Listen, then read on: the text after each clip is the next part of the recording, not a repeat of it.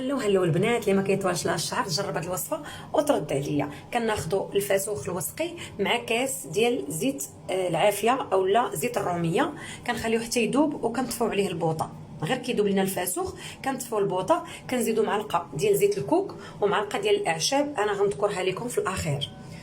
كنخليوهم كنحركوهم مزيان. هاد الوصفه راه كانوا كيديروها جدودنا البنات، غير نوضوا من العكز. صافي غادا نزيد شويه ديال القطران، ماشي بزاف ديال الشعر، غير شويه فقط لا غير. انا راه ديجا موجده الوصفه وكنديرها مره ملي كنبغي نمشي للحمام ضروري كنديرها البنات. صافي كيف ما كتشوفوا انا ديجا هنا موجداها.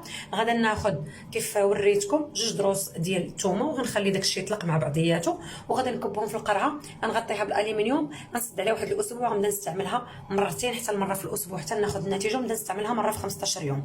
بالنسبه لبنات الاعشاب عندي الحبه السوداء كيف ما كتشوفوا هنا، عندي الحبه السوداء، عندي الريحان والسدر، عندي الخزامه، عندي حب الرشاد، عندي شويه الحلبه، وعندي الزنجلان، عندي ورق الغار، 2 دروس ديال الثومه، الزعتر، وعندي هنايا القرنفل وزريعه الحشيش وشويه ديال القرفه. تبعوها وردوا عليا في التعاليق. بصحه وراحه.